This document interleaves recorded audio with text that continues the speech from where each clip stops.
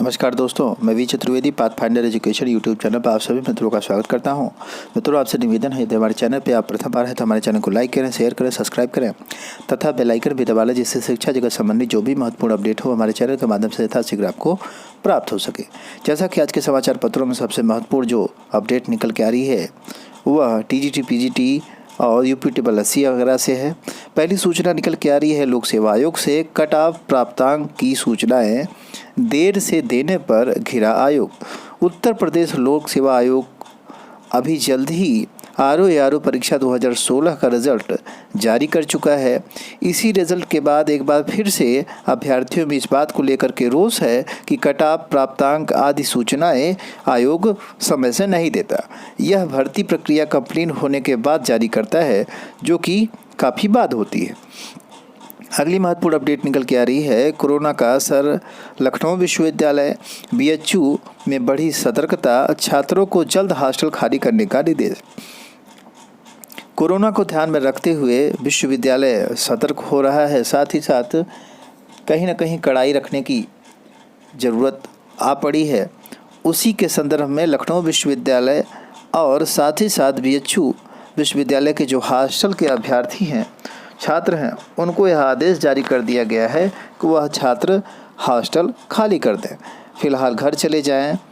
वहीं विद्यार्थियों का कहना है कि इतनी जल्दी ट्रेनों में रिजर्वेशन नहीं मिल रहा है, ऐसे में अचानक हॉस्टल खाली करने में दिक्कत हो रही है। तो वाकई में यह समस्या का विषय है। अगर अचानक बच्चे खाली करते हैं तो कहीं ना कहीं कोरोना का खतरा बढ़ ही जाएगा उनकी।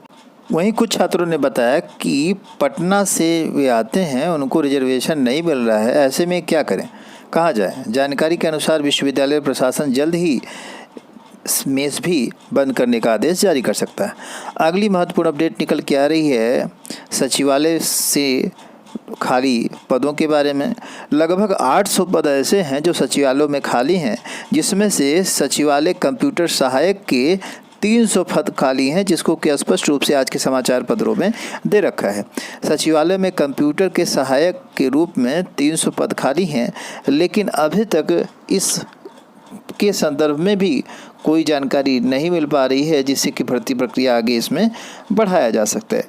हालांकि UPSSC कार्य नहीं कर रहा है, जिसकी वजह से यह समस्या आ रही है, और सचिवालय की भर्ती उम्मीद है कि UPSSC के थ्रू ही कराई जाएगी। अगली महत्वपूर्ण अपडेट TGT PGT भर्ती प्रक्रिया से संबंधित माध्यमिक शिक्षा सेवा चयन आयोग के द्वारा ऑनलाइन फॉर्म भरने की डेट तो बढ़ा दी गई, लेकिन साइट की जस्ट की तस है, चलने का नाम नहीं ले रही है, जिसकी वजह से छात्र रात दिन एक करके फॉर्म के पीछे पड़े हुए हैं, उनका फॉर्म ही ऑनलाइन नहीं हो पा रहा है।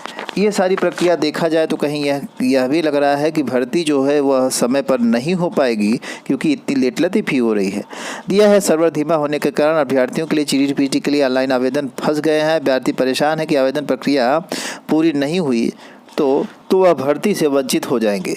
इस मामले में युवा मंच के अध्यक्ष अनिल सिंह ने माध्यमिक शिक्षा सेवा चयन बोर्ड के अध्यक्ष को पत्र लिख करके इस समस्या को अवगत कराया है। साथ ही साथ CM और डिप्टी CM को ट्वीट करके इसकी शिकायत दर्ज कराई है। तो इस तरह से आप देखेंगे कि अनिल सिंह की तरफ से यह बात कही गई है, मुख्यमंत्री जी को भी और उप मुख्यमंत्री जी को भी।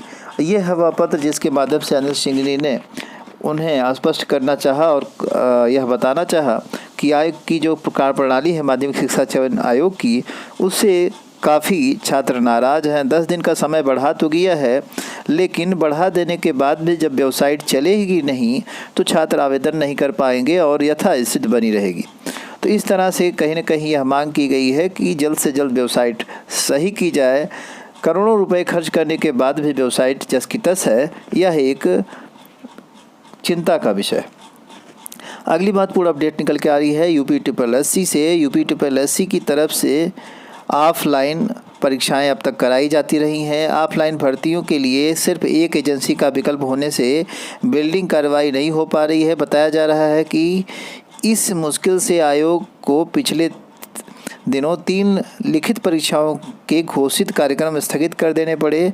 ग्राम पंचायत अधिकारी, ग्राम विकास अधिकारी व समाज कल्याण पर्यवेक्षक की रद्द भर्ती परीक्षा की नई परीक्षा तिथि जल्द से जल्द जारी की जाएगी। और जैसा कि आप सभी जानते भी हैं, यह भर्ती प्रक्रिया को लेकर के कुछ अभ्यर्थी कोर्ट गए हैं और इसके नाते यह भर्ती प्रक्रिया जल्द होने की उम्मीद है। अगली जो महत्वपूर्ण अपडेट है, पंचायत चुनाव के बाद होगी वार्षिक परीक्षाएं। राज्य विश्वविद्यालय की सेमेस्टर परीक्षाएं पूरी, अब वार्षिक परीक्षाओं का इंतजार। 632 महाविद्यालयों के 1 लाख से अधिक परीक्षार्थी होंगे शामिल। प्रोफेसर राजेंद्र सिंह रज्जू, राज्य विश्वविद्यालय की वार्षिक परीक्षाएं पंचायत चुनाव के बाद आयोजित की जाएंगी।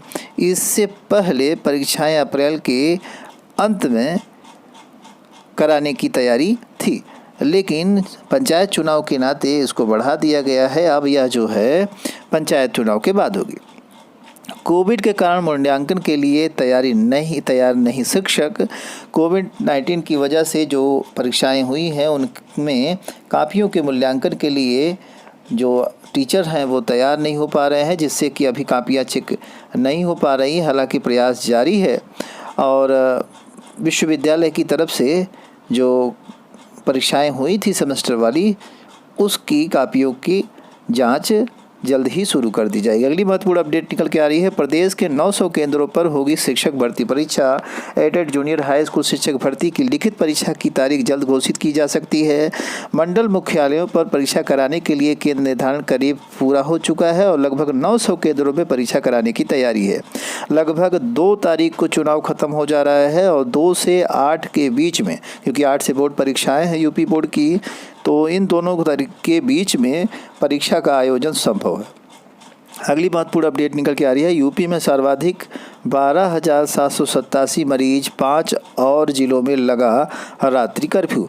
प्रयागराज में कुल 1682 नए कोरोना मरीज मिले, 7 लोगों की मौत।